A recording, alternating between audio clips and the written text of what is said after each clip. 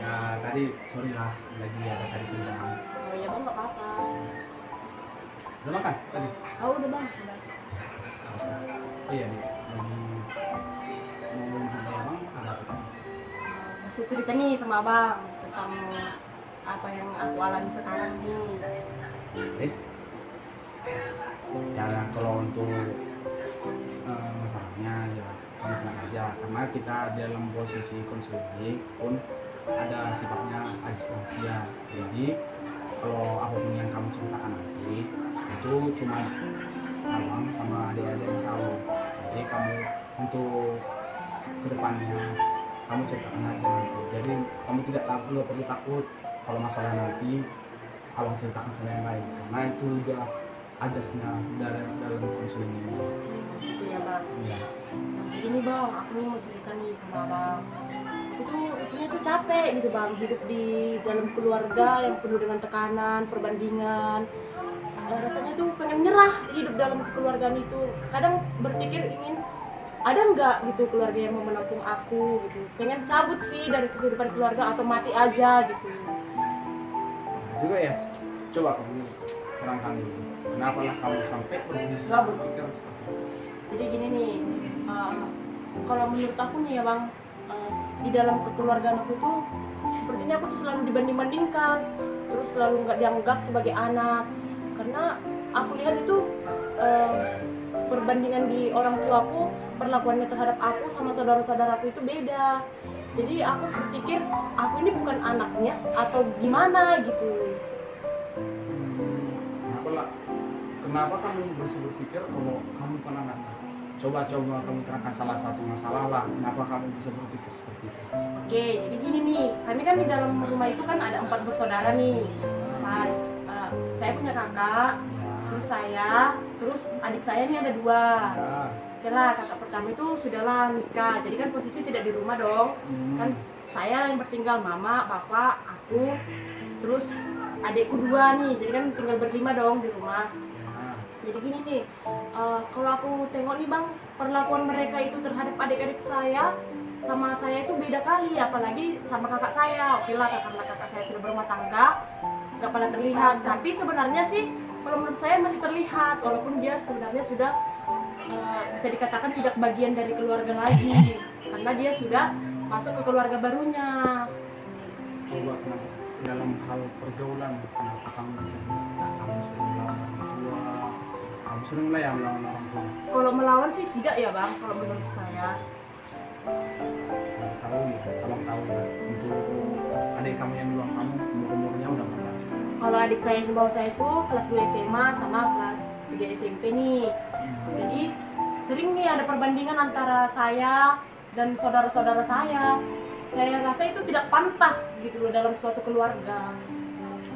Dari tadi abang dengar ya, kamu sering kata perbandingan.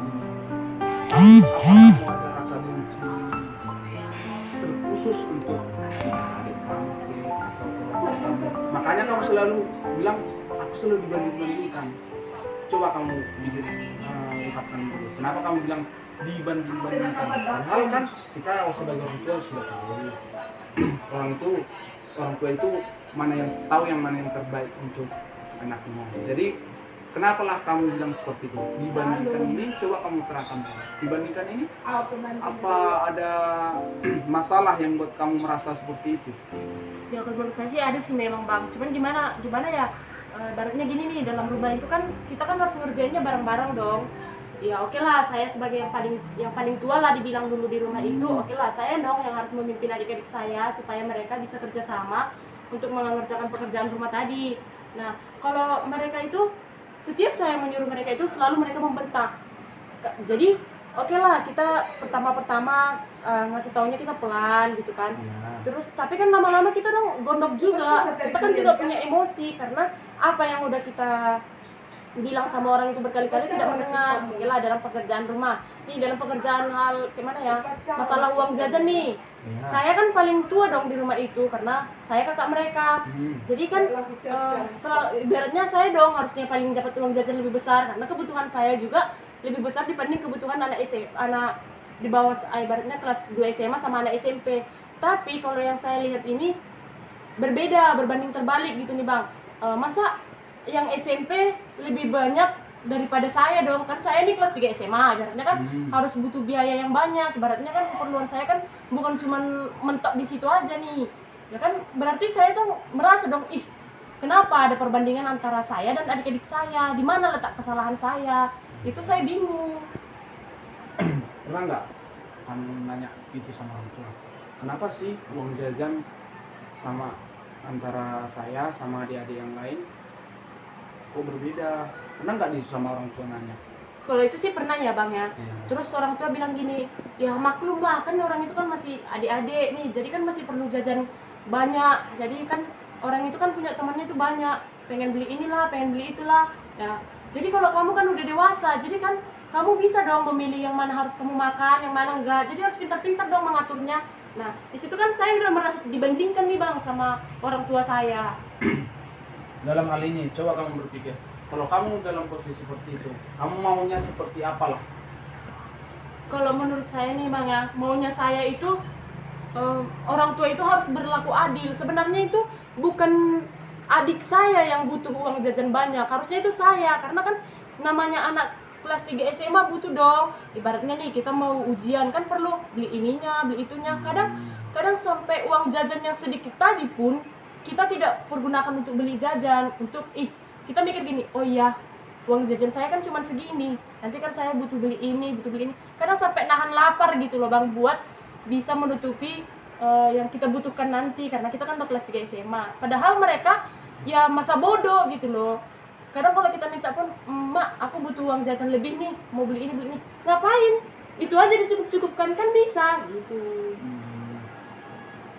Kalau seperti itu nanti selanjutnya coba kamu berpikir, kalau dalam hal ini kamu menyikapinya nanti ya jangan terlalu emosi lah. Kamu berpikir secara realistis. Ya mungkin kata orang tua kamu, mungkin rasa manja untuk anak yang lebih di bawah kamu pasti ada lah. Ya namanya juga anak terakhir. Ya bagaimana, mereka masih kecil. Jadi kamu sebagai kakak yang paling tertua di rumah itu, coba kamu berpikir ya secara dewasa.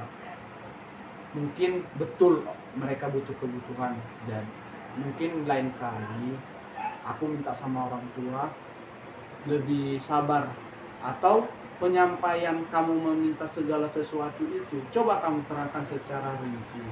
Secara rincinya jangan harus mendesak ke orang tua, karena setiap orang kita mendesak seseorang dalam hal posisi mereka juga punya masalah, mungkin hal itu akan membuat timbul rasa bentak, keras suara, hingga menimbulkan masalah yang baru. Jadi coba kamu dalam rumah itu, kalau kamu ada keperluan atau hal yang lebih penting untuk dibicarakan, coba kamu berpikir cari momen untuk membicarakan sama orang tua. Setelah kamu mencari momen, coba kamu ceritakan secara perlahan, atau kamu meminta sesuatu kamu yang pas. Contohnya kamu mau minta sesuatu, contohnya uang jajan lebih lah. Kalau bukan uang jajan uang lebih lah, kalau uang jajan mungkin dalam hal yang tadi mungkin nggak dikasih ya kan. Coba kamu, kalau apa saja yang keperluan kamu yang lebih penting? Ya kalau menurut aku keperluan yang penting itu, apalagi pas kita ini udah tingkat-tingkat akhir kan, Ya. pasti kita kan perlu nih, kita nih kan mau ujian praktek, beli bahan prakteknya, beli kebutuhan di bagian-bagian masa-masa akhir, tau lah karena abang kan kayak mana yang kita butuhkan pas kita itu udah di tingkat akhir, pasti kan biayanya kan jauh lebih besar nih. Nah gimana nih cara aku pun bingung nih. Momen oke lah, kalau momen yang abang bilang mungkin aku salah lah di bagian momen cara menyampaikan, cuman kan orang tua juga kan harus berpikir dong, masa iya sih anak saya yang lebih tua saya bandingkan dengan dia. Harusnya kan orang tua juga harus punya pikiran seperti itu dong bang. Yang gini ya, kalau masalah untuk yang tadi yang kamu ceritakan tadi, kamu masalah momen kamu bisa tahu. Dalam hal kebutuhan, saya abang tanya tadi, dalam hal kebutuhan tadi ya kita kan nggak tahu, orang tua pun nggak tahu kebutuhan kita apa. Nggak mungkin kita langsung ke orang tua, ini kebutuhanku, kamu jabarkan A sampai Z tuh, kalau orang tua nggak ngerti kebutuhan itu tujuannya untuk apa, orang tua pasti marah, nggak akan tahu. Jadi mereka akan tersulut emosi, mungkin si anak mau membodohi saya. Mungkin karakter orang tua kamu tuh yang tidak percayaan sama anaknya karena sesuatu mungkinlah di masa lalu orang tua kamu jadi nggak percaya sama kamu. Tapi dalam hal ini coba kamu terangkan dulu, kebutuhanku ini mak, jadi dibutuhkan secepatnya. Kamu di rumah seperti yang kamu kerjakan, yang kamu bilang tadi, aku mengerjakan segalanya. Coba kamu mengerjakannya itu seikhlas hati, dan jangan pernah ada protes dari orang tua. Kamu coba untuk mengambil hati orang tua kamu, dan hal di situ coba kamu, setelah kamu mengerjakan pekerjaan kamu, coba nanti kamu perlahan-lahan dekati orang tua kamu ceritakan. Ketika kamu nanti menceritakan itu dan pekerjaan kamu selesai, pasti mereka tidak akan banyak protes. Mereka udah tahu kamu itu capek, karena kamu di situ punya kebutuhan yang diminta sama orang tua. Kamu punya hak untuk meminta sama orang tua kamu. Jadi gini nih bang, oke, kalau yang abang bilang aku harus mengerjakan dengan setulus hati nih. Nah kan gini nih bang, kan nggak oke lah aku mengerjakannya secara bersungut-sungut. Karena apa? Karena si adik tadi sudah tidak mau saya perintahkan. Karena kan oke lah aku ikhlas lah dulu mengerjakannya. Seikhlas apapun aku mengerjakan itu bang, itu tidak akan pernah mulus di pandangan orang tua saya. Itu selalu apa yang saya kerjakan itu selalu salah di mata mereka. Makanya sehingga saya itu tidak punya momen untuk berbicara dengan mereka. Oke, kalau seperti itu, coba dalam hal ini kamu selalu merasa seperti ini. Kamu setiap pekerjaan harus ada bagian dari adik kamu kan, dalam hal itu. Maunya sih seperti itu bang. Coba dalam pikiran kamu, suatu saat orang pun akan tersadar kalau kamu seperti itu terus, adik-adik kamu juga nanti ke bawahnya juga diperintah lagi.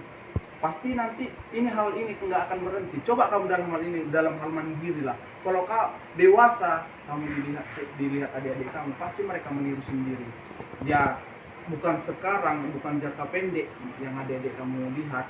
Pasti nanti suatu saat, mungkin nggak di rumah itu lagi. Adik kamu pasti dalam berpikir, kakakku dulu seperti ini, jadi aku akan menirunya kakakku seperti ini. Coba kamu berpikir, pasti aku akan dibanggakan adikku. Jadi jangan kamu langsung ngejudge adik kamu kalau mereka harus mengambil bagian dari pekerjaan kamu di rumah. Oke, kalau menurut abang itu memang pas, kalau menurut saya ya bang ya. Tapi kan gini nih, kita kan kakak ini kan harus mengajari sama adik-adik kita, yang kayak gini ya, yang kayak gini, gimana biar dia nanti suatu kelak bisa terpakai ketika saya, ibaratnya saya sudah tamat, saya pergi, dan dia akan mengambil posisi saya sebagai yang paling tua di rumah itu. Oke, jadi kalau ketika saya untuk memerintahkan dia pun dia sudah tidak mau, bagaimana suatu saat nanti saya sudah tidak di rumah itu, kemungkinan rumah akan hancur. Karena apa? Dari awal dia itu tidak mau belajar. Emang kamu udah yakin akan hancur? Ya kalau menurut saya sih kemungkinan bisa hancur bang. Karena apa?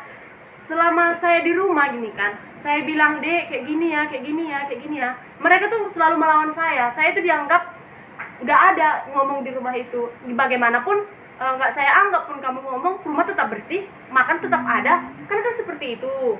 Udah seperti ini. Coba nanti kalau kamu pulang ke rumah, kamu kerjakan dulu rumah bagus.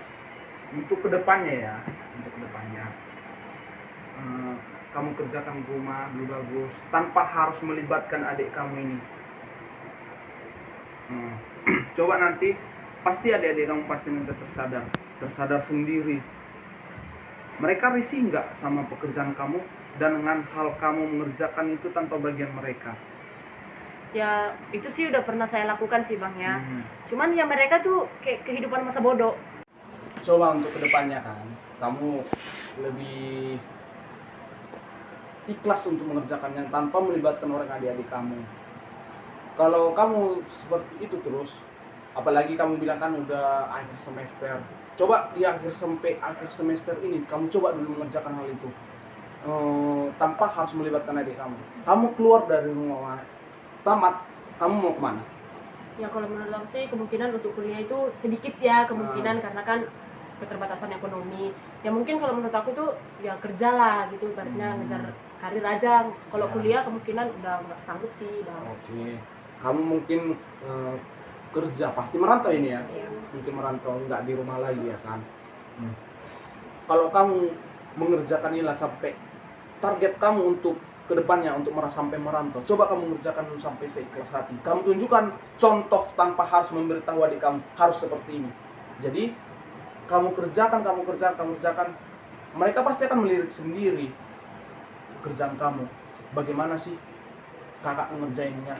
Jadi suatu saat kamu sendiri yang keluar dari rumah itu, kamu sudah kerja, mereka akan tersadar sendiri tanpa harus membandingkan. Dalam hal ini yang kamu bilang tadi di awal, kalau orang tua kamu kayak membanding-bandingkan. Oke, kamu harus bisa membuktikan kepada orang tua kamu itu tidak perlu dibandingkan dengan orang lain. Kasih sayang, bukti bakti kamu kepada orang tua itu kamu harus tunjukkan. Contohnya dalam hal karir kerja nanti, ya kamu bisa membantu orang tua kamu, bisa membantu diri kamu. Jadi hal ini kamu fokus sekarang untuk studi kamu dulu, untuk kerjaan kamu, karena kamu sendiri yang mengontrol, manajemen segala waktu, pikiran, dan kegiatan kamu. Jangan kamu terlalu fokus untuk adikku harus ikut dalam hal ini. Jadi seperti itu. Ya, makasih ya Bang buat solusinya. Nanti akan saya coba untuk melakukan pekerjaan itu dengan ikhlas tanpa menyangkut pautkan mereka di dalam pekerjaan itu. Makasih juga karena adik juga mau cerita sama abang. Makasih ya Bang.